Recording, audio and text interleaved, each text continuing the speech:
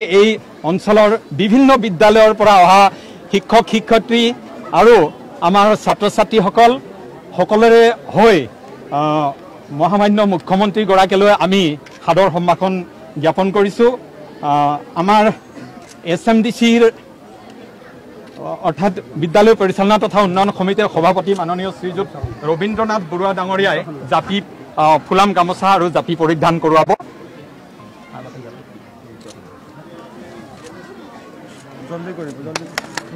আৰু জাপি পৰিধান কৰোৱাব। লগতে উপ সভাপতি কমল কুমাৰ দাস ডাঙৰীয়াই শৰাই প্ৰদান কৰিব। তাৰপিছত আমি মানপত্ৰ এখন যুগুত কৰি উলিয়াইছিলোঁ। মই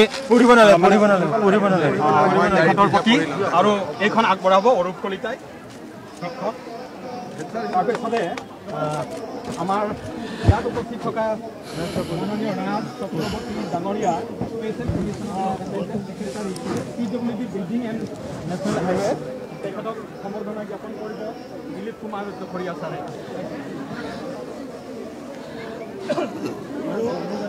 জালুকবাৰী বিধানসভা সমষ্টিৰ অন্তৰ্গত আকচিয়া মাজিগাঁৱত আহি উপস্থিত হৈছে মুখ্যমন্ত্ৰীগৰাকী। আৰু ইয়াত এই অঞ্চলৰ এখন শৈক্ষিক অনুষ্ঠান, আগশাৰীৰ শৈক্ষিক অনুষ্ঠান পলাশবাৰী আঞ্চলিক হাইস্কুল। পলাশবাৰী আঞ্চলিক হাইস্কুলৰ নৱনিৰ্মিত ভৱনটিৰ আধাৰশিলা স্থাপন কৰিব মুখ্যমন্ত্ৰীগৰাকীয়ে। 7 কোটি টকা ব্যয় সাপেক্ষে নিৰ্মাণ কৰিবলগীয়া এই আধাৰশিলা স্থাপন কাৰ্যসূচীত দেখিবলৈ পোৱা গৈছে যথেষ্ট সংখ্যক লোক আৰু মুখ্যমন্ত্ৰীগৰাকীয়ে আদৰণি জনোৱা পৰিলক্ষিত হৈছিল। আৰু এই বিদ্যালয়খনৰ আনুষ্ঠানিকভাৱে আধাৰশিলা স্থাপন কৰিছে মুখ্যমন্ত্ৰী ডক্টৰ হিমন্ত বিশ্ব শৰ্মাই।